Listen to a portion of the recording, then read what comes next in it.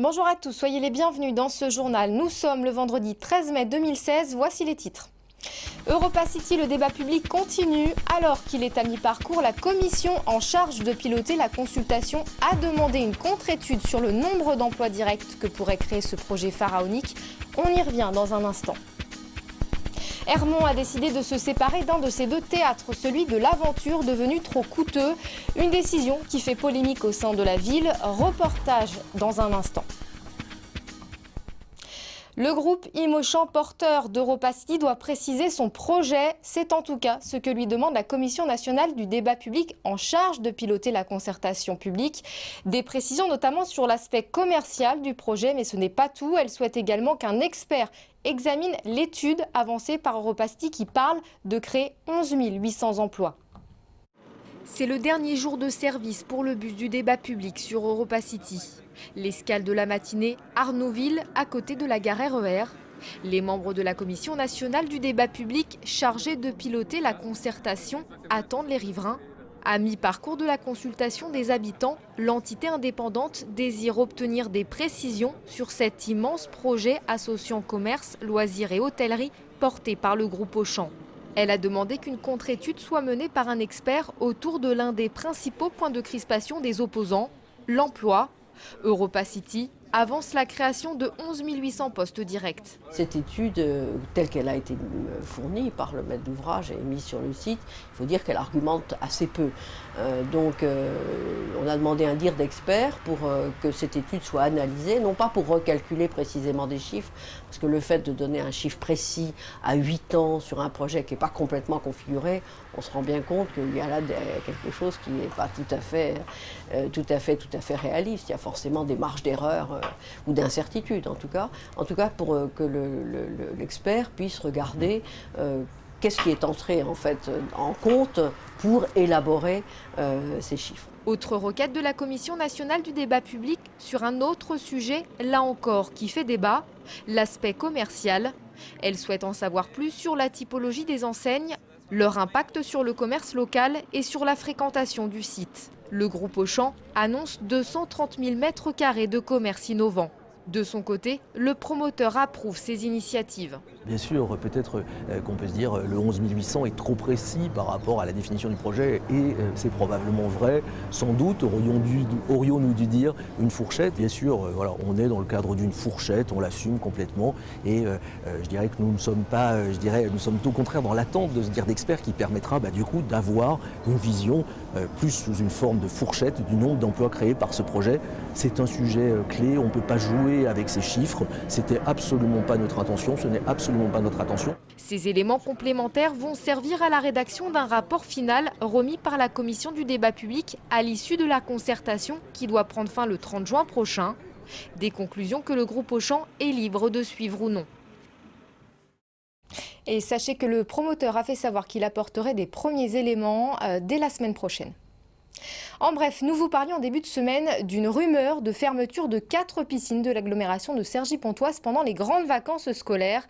Les maires de Saint-Ouen, Néragny, Osny et Jouy-le-Moutier, alertés par les agents de ces piscines, ont profité du conseil communautaire mardi pour en savoir plus. Finalement, aucune fermeture temporaire n'aura lieu, même si des ajustements horaires vont être discutés.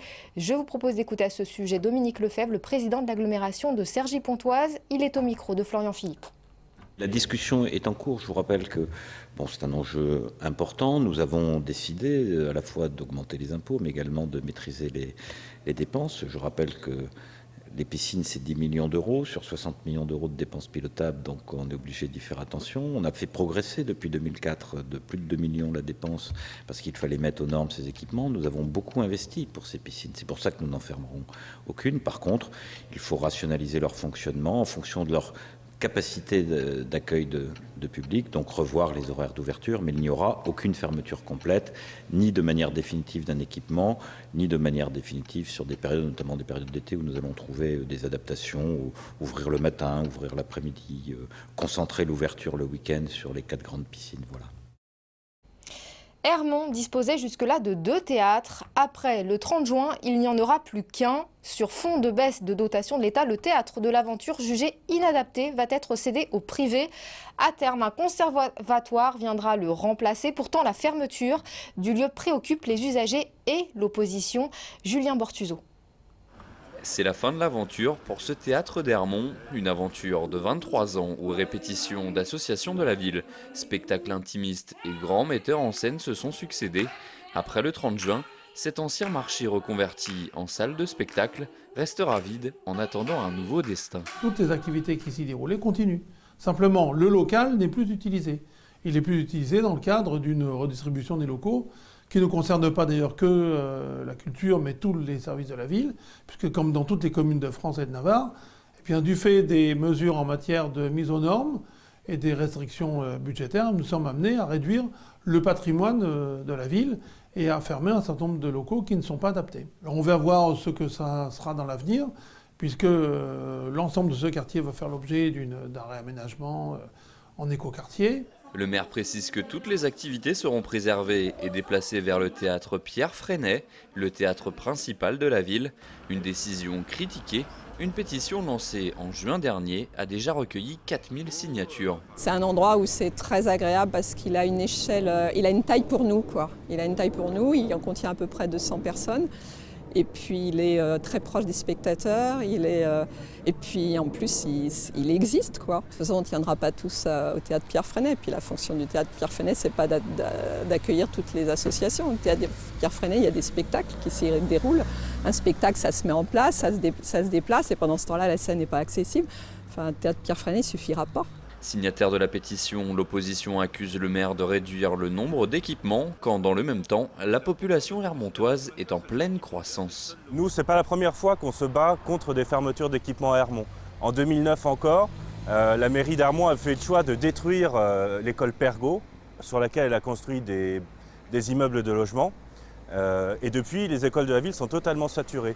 Et on est face à une vraie problématique qui est que la mairie est en train d'augmenter significativement le nombre d'habitants à Hermont en construisant beaucoup de logements et détruit des équipements. Or, les personnes, et on discute beaucoup avec elles, qui viennent s'installer à Hermont, elles ont besoin d'équipements culturels, elles ont besoin de théâtre, elles ont besoin d'écoles, elles ont besoin de centres sociaux, elles ont besoin des activités municipales. Pour Hugues Portelli, c'est tout l'inverse, puisqu'à terme, les associations disposeront d'un tout nouveau lieu plus adapté.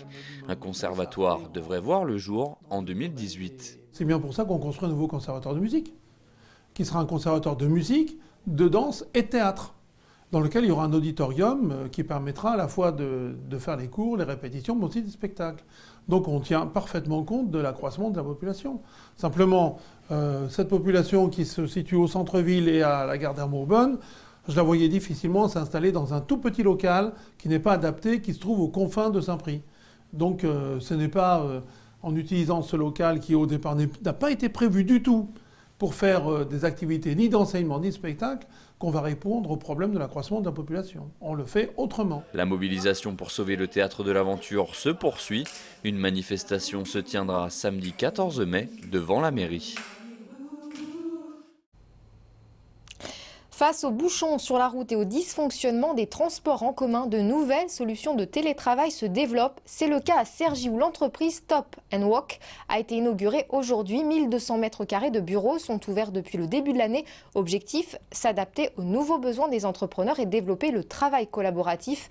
Je vous propose de revoir le sujet tourné lors de l'ouverture. Un reportage signé Florian Philippe. Comment ça se passe ? Bah écoutez, on essaye d'avancer, on essaye de bosser, on est agréablement installé, donc les conditions sont là pour... Eh bien bienvenue, vous êtes notre premier client, bienvenue. Merci beaucoup. Depuis une semaine, William occupe son nouveau bureau. Il gère désormais son entreprise spécialisée dans l'événementiel ici, au sein de ce centre de télétravail flambant neuf à Cergy. Auparavant installé chez lui, il bénéficie de meilleures conditions de travail. Je suis beaucoup plus productif depuis une semaine, effectivement. Je m'en rends compte. À la maison, on a vite fait de décrocher. Hein. On est devant la télé, on a le frigo qui est pas très loin, donc on a vite fait d'aller manger un petit truc, on a le placard avec les gâteaux. Ici, on a un accès à la cuisine, hein, mais il faut se déplacer et puis on pense pas à tout ça. En fait, on n'a pas toute cette tentation, on est au bureau pour bosser. Derrière ce nouveau centre de 1200 mètres carrés, Cédric Falgas, directeur général de Stop & Work, il ouvre ici son 4e télécentre après Fontainebleau, Beauvais et Montereau. 132 postes de travail sont répartis dans 42 bureaux, un espace de coworking et un business lounge. On a toute une offre d'une 40aine de bureaux fermés, dont voici un exemple. Donc ce sont des bureaux de 1 à 6 postes, donc différents formats, et dans lequel vous trouvez le mobilier qui est déjà mis à votre disposition, table, caisson et puis chaises, poste téléphonique également, et puis ensuite différentes ambiances, différents designs que vous pouvez faire évoluer bien entendu en fonction de vos besoins, de vos souhaits. 3 salles de réunion sont à disposition et des parties communes permettent également de favoriser les échanges. Au travers de nos différents espaces, vous trouvez aussi des zones de convivialité, des zones d'échange où vous pouvez vous asseoir, passer un moment sympathique, passer un coup de fil et puis retourner dans votre bureau ensuite. Avec cet espace, Stop & Work souhaite offrir des solutions de bureaux flexibles proches du domicile des travailleurs, avec l'objectif de répondre aux nouvelles attentes des entreprises et des employés. Il y a 2 constats. Il y a un constat que les nouvelles technologies permettent le nomadisme, on le voit bien, de nouveaux usages, de nouveaux fonctionnements. Et on voit aussi les nouvelles générations qui s'inscrivent dans cette logique de nouvelles technologies aussi, qui n'attachent plus d'importance au bureau et surtout qui sont dans cette logique de déplacement permanent et donc qui n'ont plus besoin d'être statiques. Le besoin de bureau est néanmoins toujours nécessaire puisque travailler dans un train ou dans un avion, c'est quand même pas l'idéal. Donc se poser dans un cadre professionnel pour travailler, c'est toujours un besoin. Sauf qu'aujourd'hui, c'est de manière beaucoup plus flexible et beaucoup plus souple.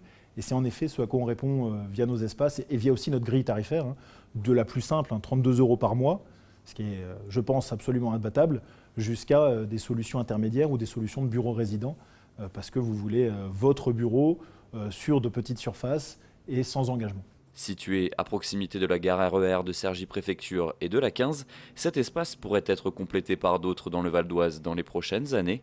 La société se donne 1 an pour remplir celui de Cergy. C'est la fin de ce journal. Avant de vous quitter, je vous en rappelle la principale information.